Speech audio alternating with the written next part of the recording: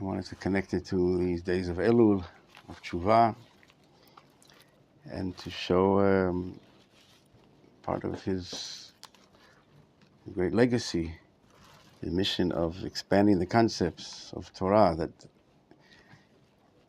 we're living in a special period. The Jews, after being scattered 2,000 years in the exile, are coming back and returning to the original, the full status of the nation as a nation.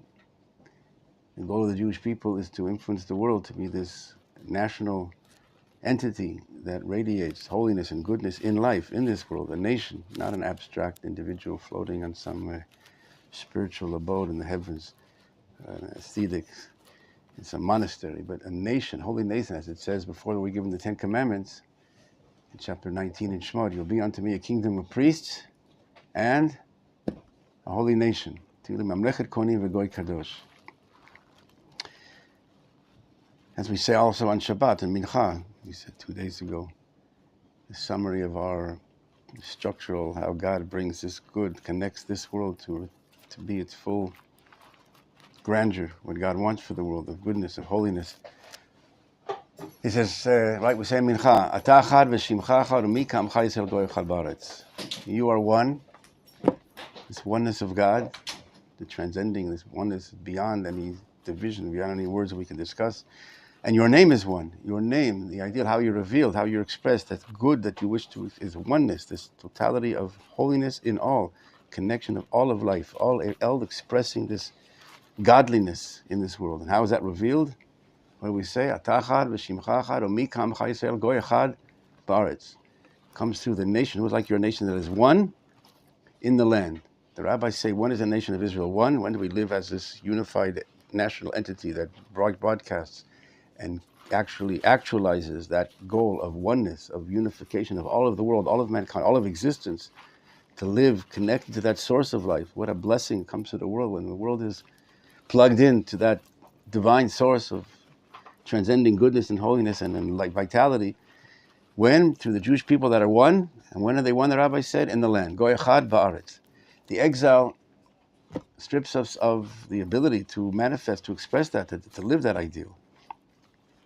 It's like it says in the Megillat Esther, you're a fractured, you're a scattered and fractured nation. The nation is fractured. There's no nation. There's individuals, there's communities, but there's no nation. Like Yeshayahu, chapter 42, says, Noten neshama la'am aleha. How this collective, unifying soul, source of life, our neshama, is revealed to the nation on the land of Israel. That's how it's built. God has the conditions of life, that this neshama, this spiritual goal of oneness, of holiness, comes through a living entity in the land of Israel. Then you're goy echad ba'aretz. When you're outside the land, again, it's like the neshama, this magnetic inner unifying force is in the heavenly abode, has no earthly expression. It's now, the body is fractured. It's like the electron, the nucleus goes away, and now the electrons are scattered, and there's no unifying force that pulls them to live as one. When the Jews are outside of Israel, it's not just that we're fractured and scattered. The world now has no unifying force for it to bring about that goal of oneness and harmony. Even the non-Jew, what do they call it? The period of history, or the Dark Ages. Everything stagnates, the science and development, social justice. So, a lot to talk about that. But that's the reality of exile, what the prophet, through God, through the prophet Yechezkel, calls the exile as the desecration of his name. His name. Not that God isn't one. His name is not one. His name can't be expressed. That desecration of his name, the ideal that's revealed through this divinely created essence of the Jewish people and of Israel, when they're fractured, that name of God, that ideal, cannot be expressed, has no vehicle expression. So that's what we were for 2,000 years. And the concept of Judaism also became fractured. Judaism became individualistic, each one of their commandments. We don't have the laws of the land, of the laws of the kings, the laws of wars, like the Rambam has them. As all the Torah includes it, right? The laws of kings and their wars, it's called in the Rambam, the last book. We don't have that. We're stripped of all that national existence. And now Judaism is limited to the individual domain. The rabbis say that in the Gemara on Brachot, the Talmud Bavli, Brachot page 8a. The Jews in exile, the temple is destroyed. God only has his, what? Dalet amot shel halacha, 4 cubits of halacha. 4 cubits is the individual domain. The private domain where, in other words, Judaism is now limited to the kitchen, keeping kosher, Shabbat, the Beit Midrash, you're learning Torah, in the individual, or as a collective meaning the society, the kihila, the community, but no longer this goy, mamlechet kohanim v'goy kadosh, to be a kingdom of priests and a holy nation, that holiness not just as individuals. The Maharal explained that the non-Jews can also be spiritual and holy, but as a nation, and not individual holiness cut off from life, but holiness in life. As a nation can't run away from life, can't run away to a monastery. It has to deal with the enemies from within, from without, economy. The minimum unit that expresses God's name, God created it such, that is through the Jewish people and the land of Israel. That's the created entity, like it says again in Yeshayahu 43 that we quote often. Amzu yatzarti li tilati yisaperu. This nation have I created unto me to say my name. I created a certain entity in this world that bridges the gap between call it beyond, the divine, the infinite, and the finite. That's an amazing thing. How can this world connect to that which is beyond? There was no limits, no. But God created this unique vessel that comes down into this world, so to speak, starts from above this world into this world, to raise this world beyond this world, to reattach the world, to replug it into that which is beyond. And we'll talk about that hopefully. And this whole structure, this whole system of how God enables this reconnection, the connection of the world to that blessing, that source of blessing, source of life. But with the Jews in exile, 2,000 years, we had Judaism as individual existence. The political, physical, the mundane, that was considered outside of Judaism. Shabbat, kashrut, but national ideas and concepts, that's for the goyim. We don't deal with that. We don't deal with politics. We have religion. There became the separation of, I want to say, temple and state, as if Judaism is the individual, the Shabbat, the Yiddishkeit of the individual, and the concepts these collective concepts were now lowered or translated to the individual. Even you see in the books how in this week's parasha, last week, you go out to war. So what is the war? That's already politics, that's national. No, there's commentary that explain it's talking about the war in each one of us, the war we have with the good inclination against the evil inclination. In other words, the concepts were now all translated to, instead of sacrifices, we have prayer. All the things were now limited to like the Gemara says, the 4 cubits, the individual domain, as opposed to the big name of God, like it says in Yechezkel 36, that my big name is being desecrated. The big name that God expresses through the total name of God, the total ideal of God that encompasses all of life, not the individual, the 4 cubits, not just the domain of the private, but the national and universal ideal to perfect creation. We end every prayer of Aleinu L'Shabeach every 3 times a day. L'taken olam b'malchut Shaddai. To fix this world, to link this world to God's kingdom. All of evil, look how it says all of mankind, all the evil, everything will be connected and reconnected to this blessing, to the source of life. That's the great blessing. That's the great mission, the goal of Am Yisrael to the world. We say the blessing on the Torah. You chose us from all the nations, not chose us as individuals. Chose us to be this nation of manifesting, and therefore we got the Torah to guide and direct this nation to live and express and to reveal that gigantic blessing. Again, this is a topic that has to be elaborated on, but just as introduction to the understanding, therefore, the amazing revolution that we're living in, the return, the rebirth from individuals back to a collective existence again. It's not a technical issue. That's the whole goal of Torah is to be that, like I said, collective holiness. Many sources for that, but it's maybe not for now, but it's take it from my word for now. The whole goal, like I said, the prayers, this nation have a created unto me. You're supposed to be a kingdom of priests and a holy nation. That's the goal. Again, from that comes down the obligation of every individual to keep the Torah, to be holy and religious. But it starts from this collective, unique holiness of a nation. And that's not so simple, to connect the physical and the spiritual, to be a national existence that includes all of life. Government, politics, army, and all of that is holy. That's the novelty. That's what Am Yisrael will reveal and radiate. It's not just the conscious teachings, but the living existence of Am Yisrael will now radiate that goal and fix it. Taken olam b'malchut Shaddai will fix this world. And now we're returning to that. We're returning after 2,000 years of holiness on the individual level, and all the other concepts were, like I said, were outside, were negative, were considered not part of Judaism, of Torah, are coming back to life. And that's a difficult process. This rebirth comes with, as the rabbis say, the pains, labor pains, pangs of birth, of not just an individual baby being born, but a nation being reborn after 2,000 years, to come back to national ideals and goals and values that we thought were not part of Judaism. They became irrelevant. They became, like I said, politics. That's not for us. And all of a sudden, we're coming back to be this kingdom of holy nation, as we learned about in the regular class during the year. And we'll see, B'ezrat Hashem, the stages of that development, how that baby developed, how that nation is reborn. It's a very difficult process, very complex, not so simple overnight. It's the stages that we talked about, the physical rebirth, the baby comes back to have a body again, nation, government, army, politics. You don't see right away the holiness. Till the bar mitzvah, the boy doesn't even put on tefillin. What, a religious boy? But there's stages of development, so too on the national level.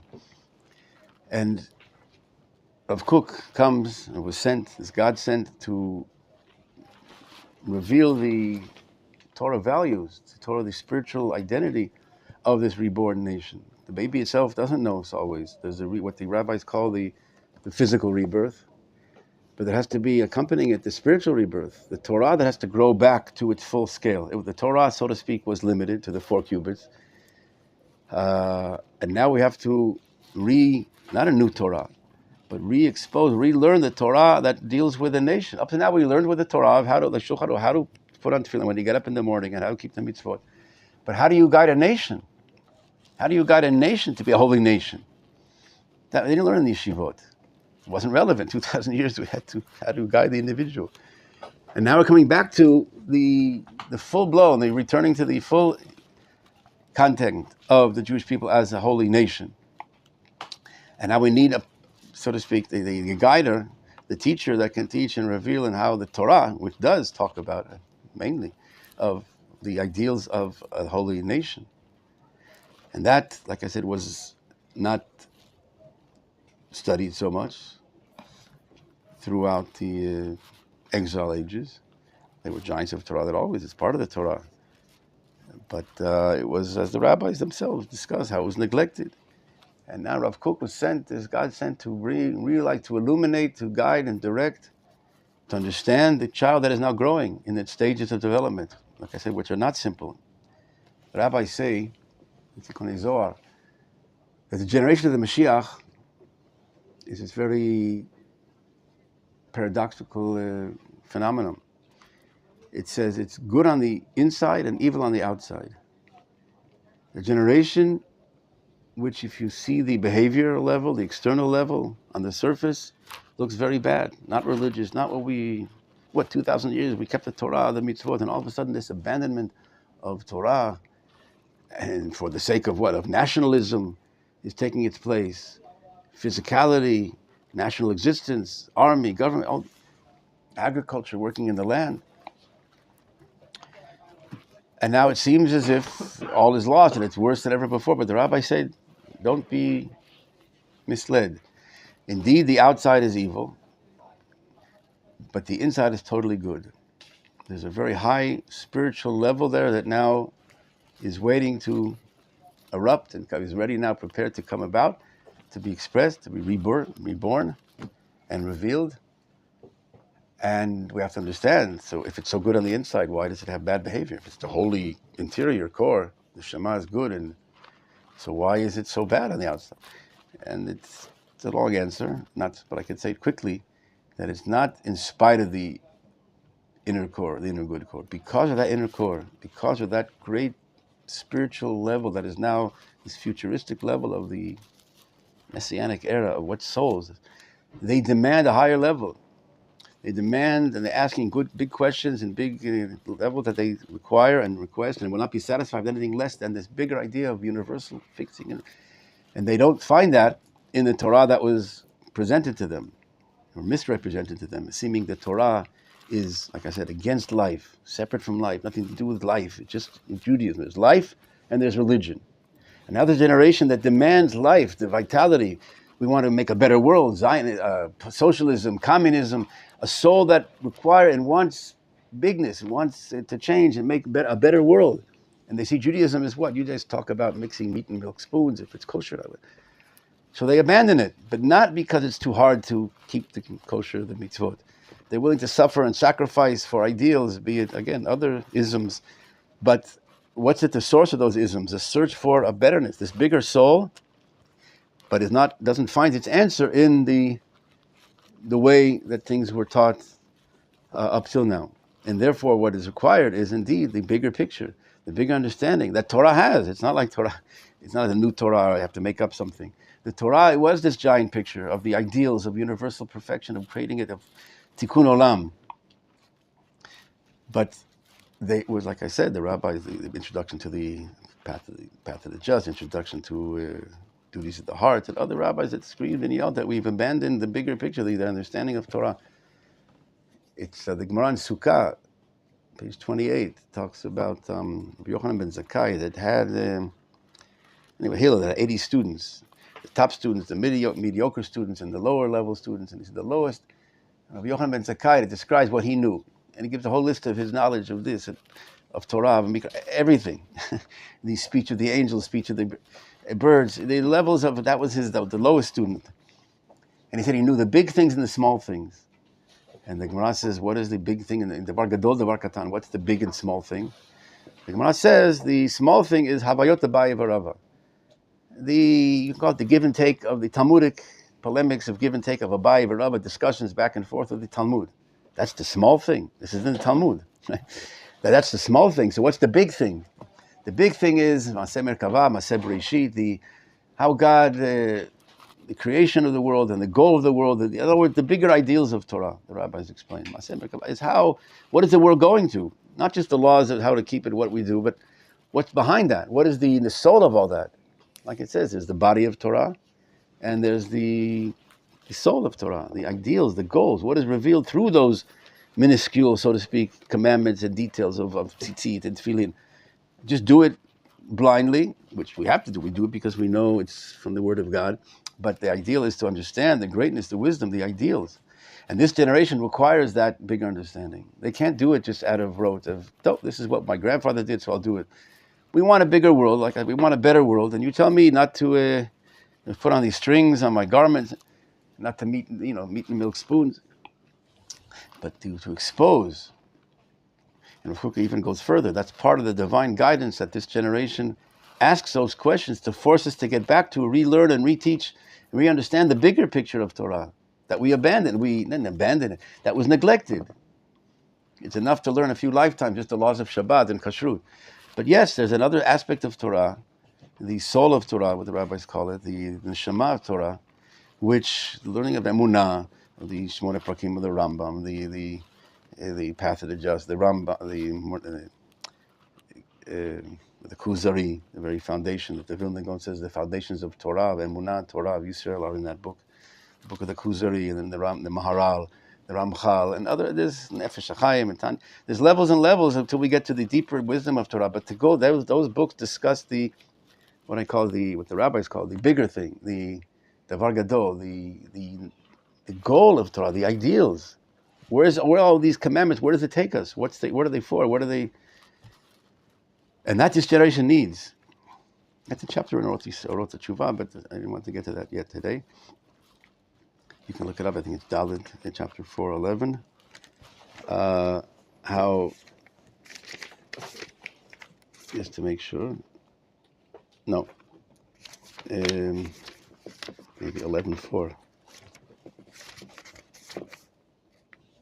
Gamlo.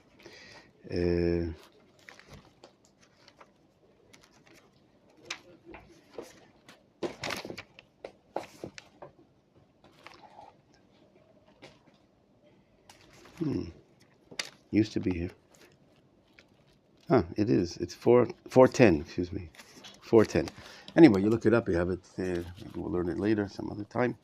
How this generation is unique. Like I said, the rebirth, the nation that's coming back is not just some technical thing that Jews are coming back to the land of Israel.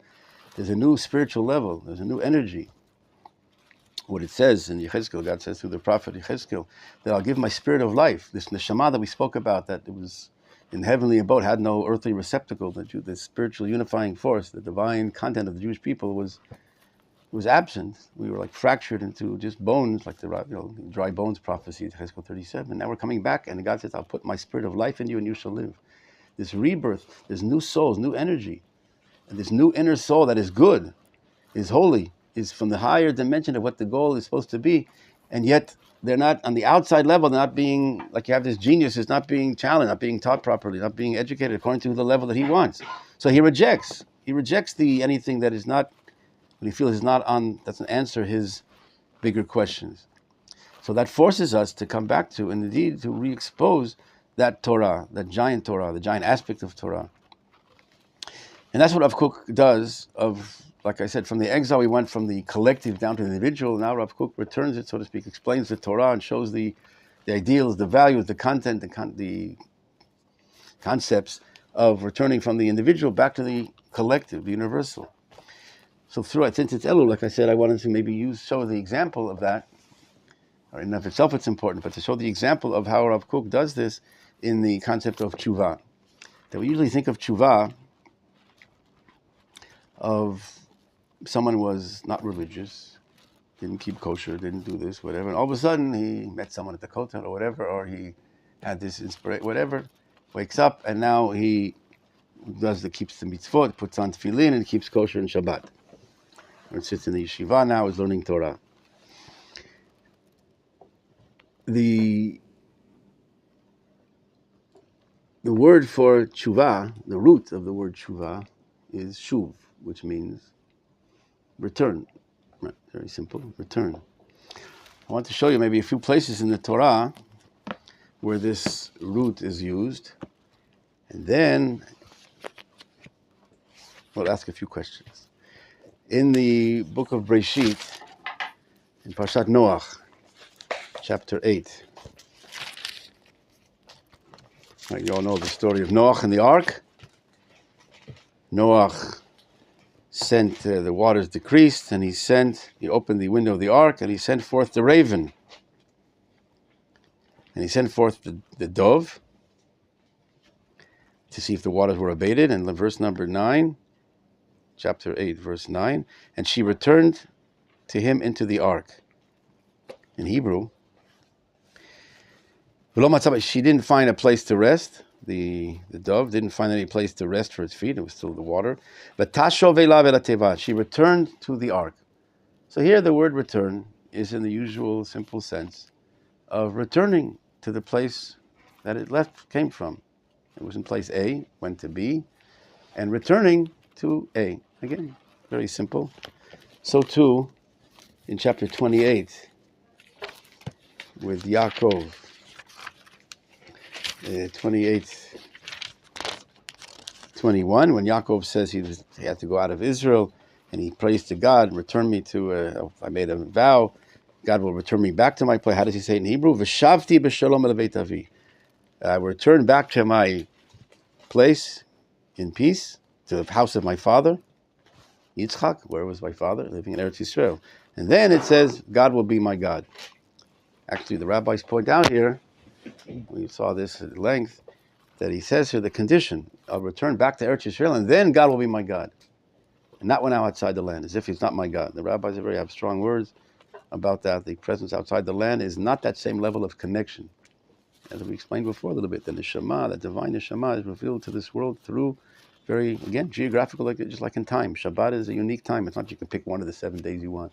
There's an objective created reality. So too in how that reveals that spiritual beyond space and time, that bridge between space and time, above time and beyond time, so too in place. There's a place that bridges, so to speak, between place, this world, and beyond. Eretz Yisrael and Yerushalayim and the Temple Mount, levels and levels of where the pinpoint bridge, if you want to call it, between space and beyond space. And he says, here is connected to godliness. Anyway, he says, V'shavti, I'll return to in peace to Eretz Yisrael. Also, maybe one more place in Yirmiyahu 31, a famous verse, song out of it.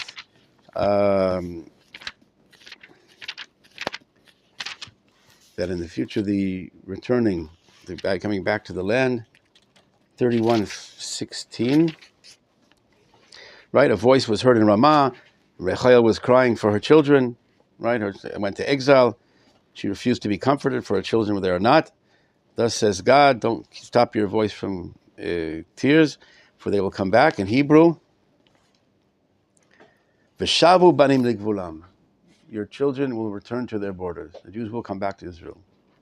Now we're living that reality. We take it for granted. Oh, we're living back in Israel, but it's an amazing revolution of now the returning of that divine vehicle to radiate His good, His name, to connect all of mankind to the divine, is now returning and taking shape and form again to be what it's supposed to be. Again, in stages, not all perfect right away, like we learned. The sources say it comes in stages. Anyway, Vashavu means to return, very simply, to return to the place from which you came. Okay. There's one other thing, though. In the Malachim Bet, there's a story of the chapter 5. Malachim Bet, Kings 2, chapter 5. Naaman was the Ramatkal. Gentile royal guard? No, well, he was the head of the, how do you call it, chief of staff of Aram. A great soldier, highly esteemed. God gave him deliverance to the Aram. He was a mighty warrior, but he had tsarat, stricken with tsarat. Some people call it leprosy. Chapter 5, Kings 2, chapter 5, from the beginning there. He was stricken with leprosy. He went out to Eretz Yisrael, captured. He went to war and took a young girl captive, hostages. Took a hostage, and he took her as the, to be his wife, to be a servant, a maidservant, whatever, to his wife. And the little girl said to him, wait a minute, why is your husband suffering from tsarat? Why don't you request from the prophet in Israel? He can help you. We Jews have special powers. We have a prophet. She says to him, she said, would my Lord go to the prophet that is in the Shomron? He would heal him of disease. Anyway, they told him, and they told the king, and the king sends a message to the king of Israel. I'm sending you all these gifts, gold and silver. I want you to heal my chief of staff, my army head here, chief. The king of Israel doesn't know what to do, rents his garment. What am I going to do? He says, am I God that I can make people die and live? And how am I supposed to do that? The prophet Elisha hears that, knows what's going on. He says to him, why are you ripping your garment? Send him to me, and I will heal him. So Naaman comes to Elisha, stands outside. He sends him a messenger. He says to him, dip 7 times in the Jordan, and your flesh shall be restored to you, and you will be clean. How would you react if you were the chief of staff of the army and this prophet, the Jew, you came all this way, and the healer, the Jewish healer says, no, go dip in the Jordan 7 times. Well, it says Vayiktsov, I think, right? Vayiktsov. He was very angry. Why? Why do you think he was angry? Disappointed? Because he thought some magical was going to happen. Right, take the eye of newt, a tail of a cat, whatever, mix this and jump up and I'll do like this, take my magic wand. He thought I said it would surely come out to me and call on the name of God and wave his hand over the place and heal. He says, I need the rivers of Jordan. I have the rivers of Almanah, Parpar, the rivers of Damascus. They're better than all the waters of Israel. I can wash in them. Well, he turned away and went away in rage. His servant said to him, look, if he told you something difficult to do, go up to the mountain of Everest, go up and take this, like I said, do something weird, and you would do it. He just said to go to the river. What do you have to lose? He dips in the river 7 times, and that's to bring us to our point now. And it says, the results, dips in the river, his flesh returned like the flesh of a little child, and he was clean. Here it's also the root return. But what does it mean, return here? It doesn't mean returning to the place he was, but rather to the Original state. original state, the state of being, the state of whatever. There's returning to, anyway, we see that returning is like in English. People call it returning repentance, right? But here, the simple word is meaning to returning to the place from which you came, or to the status, the stage, the level you were on before. Now I want to read to you a few things of Rav Kook from Orot Teshuvah, not to learn the paragraph. I want to bring down a few citations that each paragraph has to be learned in of itself. Is a world of understanding and wisdom and psychology, but rather just to present to you to see how this word of tshuva fits the writings of Rav Kook. Rav Kook, like I said, will give this new perspective, open up a new level of understanding of tshuva. Take it out of our usual kind, like I said, individual that does tshuva, has remorse, and what am I doing? I'm doing wrong things. I want to be religious now. And he'll take it to a different level completely. But the question is, throughout, we'll have to understand how it fits the concept of tshuva, of returning. Because returning, according to this, related to tshuva, has a certain, I would say now, I'll call them hypothetical, in other words, conclusions. If tshuva is returning to where you came, tshuva is only after sin. You're here, you're in place A, status A, level A, you did sin, now you come back to do tshuva, you're returning. You're not becoming religious, something new. We said tshuva is latshuv, to return to where you were before. So it's only after sin, and maybe only religious people. Because someone who wasn't religious is not returning. He's coming back. He's rising. He's becoming holy. Religious. That's very good. But there's other words for that. But he's not returning. Only a religious person who was religious, so to speak, left or made a sin momentarily, and comes back, can do tshuva. Theoretically, again, these are all conclusions that we'll see are not true, but according to the simple understanding, they should be true. If so, again, if it means returning, it's an act of free will that you chose momentarily to do something not right, not proper. It only belongs to man who has free will. If there's no free will, there's no sin. It's coercion. It's a reality. It's not a sin. Is something that you had the choice to do good or bad. You chose the wrong thing, and now you return. You do tshuva. So it's only for man. It's not beyond the level of creation of the world. It's again individual thing, but also not only an individual, but it's a momentary phenomenon. Meaning, if perchance someone should fall off the road of Torah, the mitzvot of being good, you fall off, the tshuva brings you back to the road. In other words, it's not an essential part of life. It's not a constant thing. It's something that if perchance you fell off the road, there's the road of life, the mainstream of life. If you fall off, there's a way to get back. God enabled us the way to come back and to fix and to come back to the main. But it's not the mainstream. It's not the essential part of life. It's coincidental. If you should do sin, then there's a way to fix it, to come back to the normal life. But the normal life is not tshuva. And also, if we divide the mitzvot into three categories, some rabbis like there's certain divisions. There's mitzvot that are obligatory, mandatory, compulsory, to put on tefillin, to eat a kazayit, matzah on the night of Pesach, Kriyat Shema in the morning. There are obligatory mitzvot. There are also optional mitzvot. In this week's parasha, that if you build a house, you want to go up on the roof, you have to build a ma'akeh, parapet, whatever, a fence on the fence, ma'akeh. If you don't have to go up on the roof, you don't have to build that thing. But if you want to do so, there is this mitzvah to do so. If you do so, you fulfill this mitzvah of building this ma'akeh.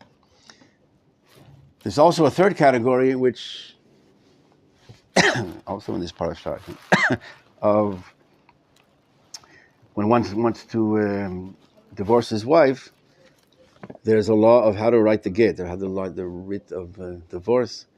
There's a commandment how to do so.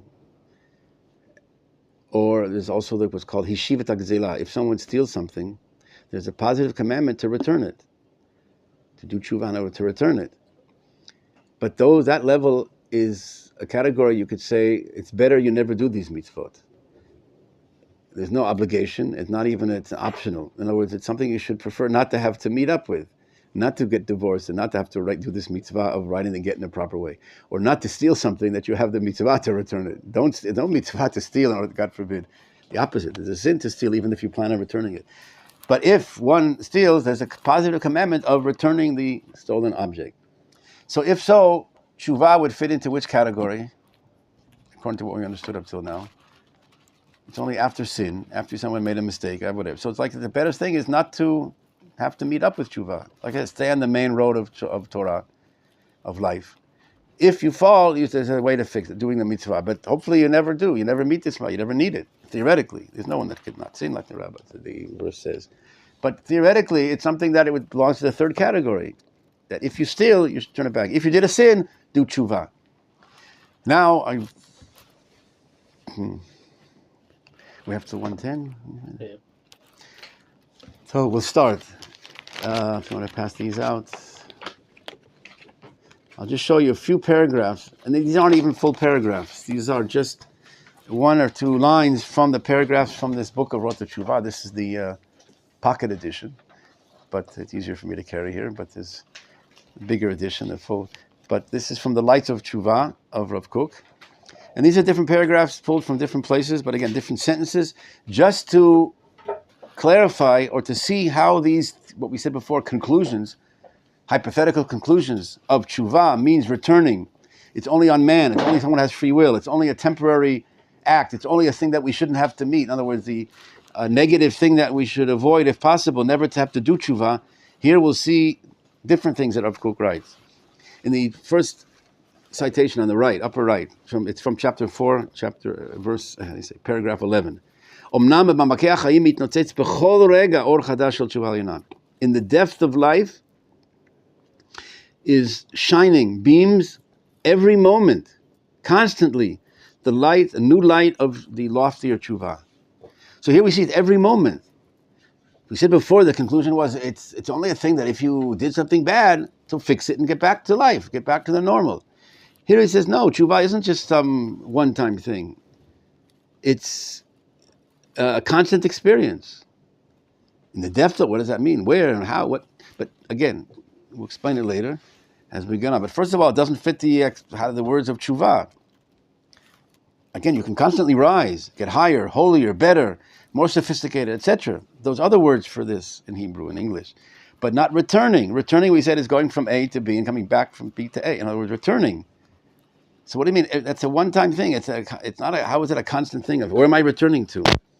The next section, based from chapter 6, paragraph 2. Hatshuva tamid shruya b'lev. Tshuva is constantly dwells in the heart. Again, this constant reality. In line number 3, where it's underlined. Ba'omek havaya, in the depth of existence. Here we're not talking about individuals or man, free will. We said it's only a product of man that has free will, that you can do, individuals do. Here it's something in existence. Shalachayim is in reality. Munachat tshuva. Tshuva dwells in the depth of existence. In other words, there's a constant force in nature. Wow, this is already something totally different. There's a force in nature, in all of reality, of tshuva. What does that mean? But he takes it out again. We'll see how Rav Kook takes it out of the limits also, but not only, it's beyond the limits of the individual to not only the collective, the universal, the cosmic level of there's a force in reality. I'll just read here. It doesn't, in line number 5, what's underlined. There's nothing as certain in the world as tshuva, and ultimately everything will return to its perfection. So again, returning to perfection, how is that returning? The world will elevate, is gravitating towards perfection. There's a magnetic force, whatever. God is pulling the world. Tshuva is this force that pushes the world towards betterness. But how is that returning? How is that tshuva? The third citation from chapter 5. Ein ha'olam davar omer al matzav echad. The world is not something static, that stays in the same place. The world is something that is dynamic, that is constantly developing. And this development will ultimately, the full development will bring the world to its full perfection of health, both physical and spiritual.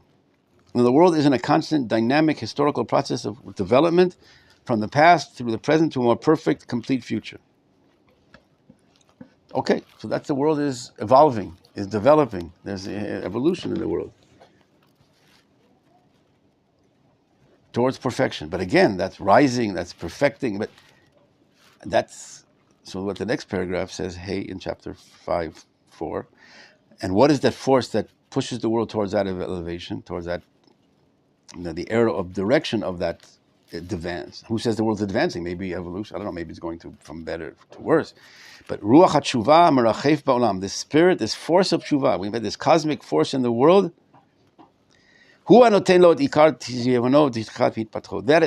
is the force that is pushing the world to its basic character and form towards its development. In other words, there's an arrow, there's a direction, there's a positive direction towards perfection. This a force that God created in reality. It says that the tshuva preceded the world. There's this force that God put into the world that is pushing the world towards development, towards perfection, both physical and spiritual perfection and health. Okay, so that's an amazing cosmic force. There's something in reality that is pushing, that is like child. How come the child develops from infancy to childhood to adulthood, whatever? There's a force built in that is pushing towards more sophisticated, more perfection, more developed. And that's called tshuva in all the different levels, in society, in culture, in mankind, in the physical. There's this force called tshuva. But again, how does it fit the wording of tshuva? Okay, development, advance, progress, perfection, elevation, rising, this other. But how we said tshuva is returning. Say the world is developing, the world is going towards perfection. God started the world in X, 0, and the world is rising towards perfection. Tshuva is pushing the world, this magnetic, spiritual, gravitational force, pushing the world towards perfection. But how is that tshuva? So that we'll leave for next week, a few more sources, and to elaborate on how indeed this another concept of tshuva, like we said, we already see that it's something beyond man. It's not just in man, it's not a one-time force, image of man, person has an idea to do tshuva, to return. It's this force in reality that our individual tshuva is a part of, something much greater. But how is it tshuva, and where it takes the world, and how the world will develop, and where it's going, that will Shat Hashem discuss next week. Stay tuned.